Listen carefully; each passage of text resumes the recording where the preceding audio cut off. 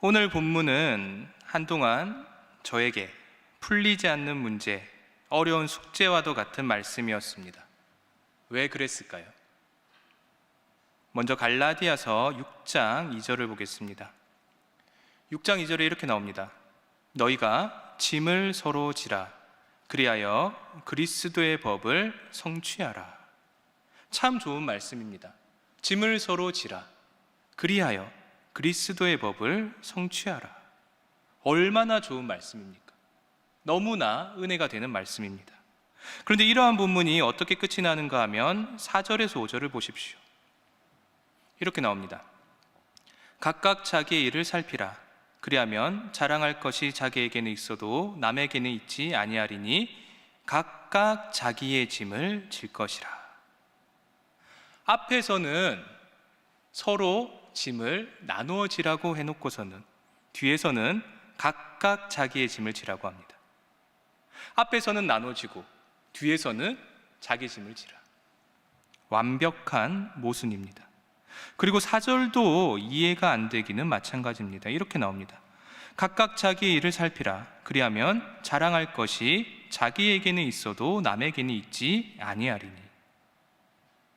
문장 자체가 이해가 되질 않습니다. 읽어보면 읽어볼수록 이해가 안 되는 말씀입니다. 그래서 오늘 저녁은 이 갈라디아서 5장 25절에서 6장 5절을 깊숙이 파보는 시간을 가져보도록 하겠습니다. 갈라디아서 5장 25절에서 26절을 우리 다 같이 읽겠습니다. 시작. 만일 우리가 성령으로 살면 또한 성령으로 행할지니 헛된 영광을 구하여 서로 노엽게 하거나 서로 투기하지 말지니라. 아멘. 우리 그리스도인들은 성령으로 살아가는 사람들입니다. 하지만 우리 모두는 26절의 명령과는 반대되는 삶을 살아갑니다. 우리 모두가 어떻게 살아갑니까? 헛된 영광을 구하고 서로 화나게 하고 서로 질투하며 살아갑니다. 이러한 모습은 분명 성령으로 살아가는 모습이 아닙니다. 이러한 문제는 오늘날의 우리뿐만이 아니라 2000년 전에 살았던 갈라디아 사람들도 마찬가지였습니다. 그래서 그런 문제가 많은 그들에게 사도 바울이 말합니다. 우리 6장 1절을 다 같이 읽겠습니다. 6장 1절입니다. 시작. 형제들아, 사람이 만일 무슨 범죄한 일이 드러나거든 신령한 너희는 온유한 심령으로 그러한 자를 바로잡고 너 자신을 살펴보아 너도 시험을 받을까 두려워하라. 아멘. 신령한 너희는 온유한 심령으로 범죄한 사람을 바로잡아라. 사도 바울은 먼저 신령한 너희라는 표현을 씁니다. 신령한 너희는. 여기서 신령한이란 단어가 나오는데요, 원어로는 푸뉴마티코스입니다. 푸뉴마티코스. 뭔가 익숙한 단어가 들리시죠? 성령을 뜻하는 푸뉴마라는 단어가 들어간 표현입니다. 뜻은 성령으로 인해 특징을 가지는, 즉 성령으로 인해 성숙한이라는 뜻입니다. 그래서 신령한 너희는, 즉 성령으로 인해 성숙한 너희는 자신의 능력이 아니라 성령의 능력을 의지하는 사람들입니다. 성령의 능력을 의지하는 사람들. 이러한 사람들은 성령을 의지하기에 내 능력으로 구원을 받았다라고 교만하지 않습니다. 그리고 또한 늘 성령의 인도를 받기에 구원받았으니 내 마음대로 행하겠다라고 방종하지도 않습니다. 정리를 하면 성령으로 인해 성숙한 사람만이, 즉 교만하지도 않고 방종하지도 않은 자만이 범죄한 사람을 바로잡을 수 있습니다. 성령의 힘으로 가능한 것입니다. 이처럼 오늘 본문이 성령의 방점을 둔다는 것은 바로 뒤의 표현에서도 잘 드러납니다. 실제로 1절을 다시 한 번 더 보십시오. 신령한 너희 다음에 뭐라고 합니까? 온유한 뭐로? 심령으로. 온유한 심령으로 바로잡아라. 여기서 온유한 심령을 직역하면 온유한 성령입니다. 온유한 성령으로. 우리가 잘 아는 말씀이 있죠. 오늘 본문 바로 앞에 나오는 말씀입니다. 오직 성령의 열매는 사랑과 희락과 화평과 오래 참음과 자비와 양선과 충성과 온유와 절제니. 온유는 성령의 열매입니다. 즉 오늘 본문에 나오는 온유한 심령은 곧 성령 하나님의 열매 중 하나인 온유의 능력으로 라는 말씀입니다. 성령 하나님의 열매 중 하나인 온유의 능력으로, 즉 나의 능력이 아니라, 나의 능력이 그 지체를 치료하는 게 아니라 성령 하나님이 함께 계셔서 그분의 힘으로 치유가 된다는 말씀입니다. 여기까지는 우리가 이해가 잘 됩니다. 근데 문제는 그 다음입니다. 이처럼 신령한 사람이, 즉 성령 하나님과 함께하는 사람이 무엇을 하냐 하면 자신과 타인을 비교하기 시작합니다. 신령한 그 사람이 자기와 범죄한 그 사람을 비교하기 시작합니다. 이것이 비극의 출발점입니다. 본래 우리의 바른 모습은 성령의 힘으로 무거운 짐을 서로 나눠지는 것입니다. 그런데 그 선을 넘어서서 범죄한 사람과 나를 비교하기 시작합니다. 예를 들어 보겠습니다. 나는 주일 출석을 잘하는데 저 사람은 못합니다. 그래서 내가 출석을 못하는 사람을 독려합니다. 늦잠을 자는 것 같으면 깨워주고 집이 멀면 차를 태워줍니다. 여기까지는 좋습니다. 그런데 그런 좋은 도움을 주고서는 자신과 비교를 해버립니다. 나는 잘하니까 의인이고 너는 못하니까 죄인이다. 이러한 예시가 누가복음 18장 11절에 잘 나와 있습니다. 제가 한번 읽어보겠습니다.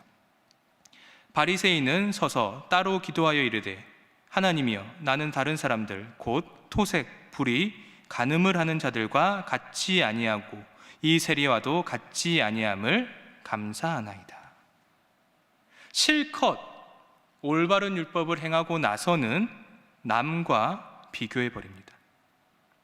갈라디아서는 이런 행위를 보고 이렇게 평가를 합니다. 우리 3절을 다 같이 읽겠습니다.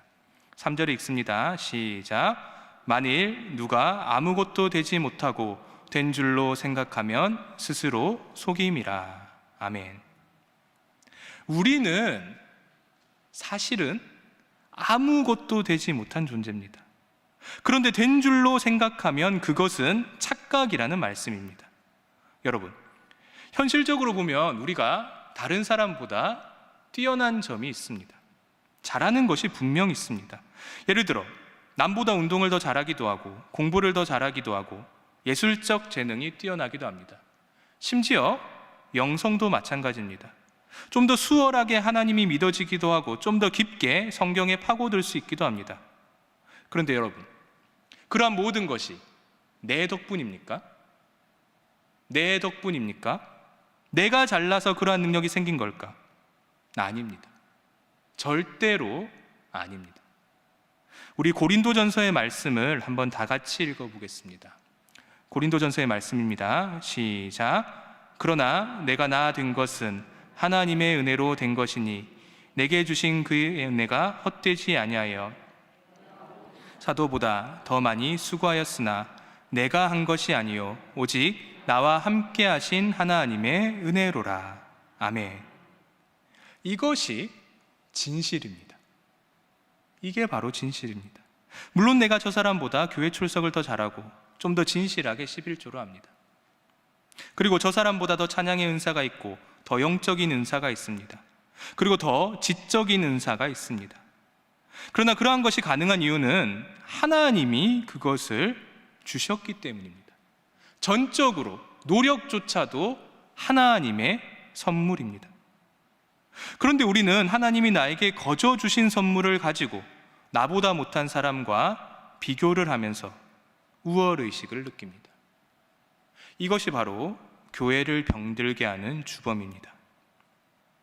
그래서 우리는 오직 각자 자신의 일을 살펴야 합니다. 우리의 자랑은 우리의 속에 있는 것이지 타인과의 비교에 의해서 생겨나는 것이 아닙니다. 4절의 말씀을 한번 다 같이 읽어보겠습니다. 4절입니다. 시작. 각각 자기의 일을 살피라. 그리하면 자랑할 것이 자기에게는 있어도 남에게는 있지 아니하리니. 아멘. 마치 달란트 비유와 같습니다. 하나님이 나에게 5달란트를 주셨으면 그만큼만 하면 되는 것입니다. 내가 그만큼 남겼을 때 하나님은 나를 칭찬하십니다. 그래서 자랑은 내 속에 있는 것입니다. 외부에 있는 게 아니라 내 속에 있는 것입니다. 그런데 그것도 모르고 1달란트를 가진 자와 비교해서 우월감을 느끼고 그를 정죄합니다. 이런 행동은 스스로를 속이는 것과 같은 아주 어리석은 행동입니다. 3절을 다시 한번 더 보십시오. 이렇게 나옵니다. 만일 누가 아무것도 되지 못하고 된 줄로 생각하면 스스로 속임이라. 내가 스스로 된 게 아닙니다. 하나님이 만들어 주신 겁니다. 그래서 내가 신경 쓸 것은 내가 하나님이 주신 달란트를 잘 활용해서 그것을 꽃 피웠느냐 아니냐입니다. 그래서 우리는 이러한 점에서 각각 자기의 짐을 져야 합니다. 그렇다면 여기서 나오는 질문이 있습니다. 그렇다면 왜 하나님은 서로 다른 달란트를 주셨을까? 왜 다른 달란트를 주셨을까? 왜 저 사람은 찬양을 더 잘하고 왜 저 사람은 성경을 더 잘 이해할까? 왜 재능이 다른 걸까?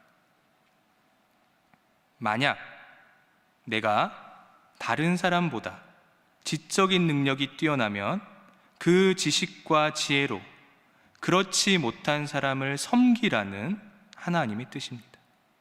그리고 내가 저 사람보다 노래를 더 잘 부른다면 그것은 그렇지 못한 사람을 대신해 노래를 부르라는, 찬양을 부르라는 하나님의 의도입니다. 즉 우리의 은사는 남과 비교하며 자랑거리가 되기 위함이 아니라 타인을 위해 존재하는 하나님의 은혜입니다. 이것을 잘 알 때 우리 모두가, 우리 신일교회가 진정으로 회복되며 하나님의 뜻에 따라 건강하게 자라나갈 것입니다. 말씀을 맺겠습니다. 여러분, 오늘 본문에 이렇게 말합니다. 교회는 하나의 지체이다. 그래서 잘못한 지체가 있으면 바로 잡아야 한다. 그러면 어떤 사람이 바로 잡을 수 있습니까? 온유한 심령을 가진 자, 즉 성령과 함께하여 성령의 열매를 맺은 자만이, 특히 온유의 열매를 맺은 자만이 서로 짐을 나눠지며 잘못을 바로잡을 수 있습니다. 그리고 그렇게 바로잡으려 할 때 조심해야 할 것이 있습니다. 절대 비교하지 말라. 절대로 비교하지 말라. 우리 모두가 평생 명심해야 합니다. 이것을 지키지 못하면 우리 또한 바리새인과 같은 사람이 됩니다. 여러분, 내가 나 된 것은 하나님의 은혜로 된 것입니다. 그런데 내가 스스로 된 줄로 안다면 그것은 스스로를 속이는 행위입니다. 이런 어리석은 자가 되지 마시길 바랍니다.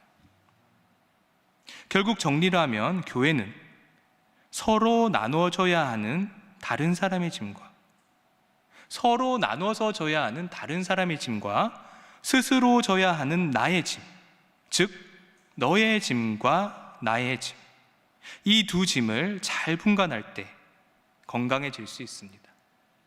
마지막으로 루터의 글로 오늘 설교를 마무리하고자 합니다. 루터의 글을 제가 잠시 읽어드리겠습니다. 만일 우리 속에 어떤 것이 있다면 그것은 우리 자신에게 속한 것이 아니다. 그것은 하나님의 선물이다. 그리고 만일 그것이 하나님의 선물이면 그것은 전적으로 그리스도의 법인 사랑에게 우리가 진 빚이다. 그리고 만일 그것이 사랑에게 진 빚이라면 나는 내 자신이 아니라 다른 사람을 사랑으로 섬겨야만 한다. 그래서 내 학문은 내 자신의 것이 아니다. 그것은 배우지 못한 자들에게 속하고 내가 그들에게 진 빚이다. 내 순결은 내 자신의 것이 아니다.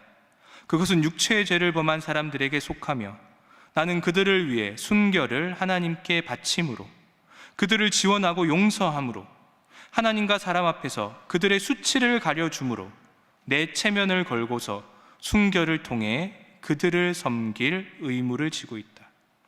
그리하여 내 지혜는 어리석은 자에게 속하며 내 능력은 피압제자들에게 속한다. 그리하여 내 부요는 가난한 자에게 속하며 내 의는 죄인에게 속한다. 이런 모든 자질들을 갖고서 우리는 하나님 앞에 서야 하고, 마치 다른 사람의 입장이 되어서라도 그런 자질들을 갖지 못한 사람들을 대신하여 조정 역할을 해야 한다. 왜냐하면 이것이 그리스도가 우리를 위해 하신 일이기 때문이다. 아멘. 기도하겠습니다. 하나님, 우리는 너무나 경쟁이라는 것에 찌들어 있습니다. 세상에서의 경쟁도 부족하여 그 경쟁을 교회 속으로 끌고 들어옵니다. 그리하여 하나님이 은혜로 주신 이 신앙생활조차도 타인과 비교하며 경쟁을 합니다. 하나님, 우리 모두가 오직 하나님이 주신 나의 달란트에 집중할 수 있도록 하여 주시옵소서. 그리하여 성령 하나님의 능력으로 온유한 마음으로 연약한 이들을 진심으로 도울 수 있게 하여 주시옵소서. 이 기도 제목으로 다 같이 기도하겠습니다. 주여 믿습니다. 주여 믿습니다. 주여 믿습니다.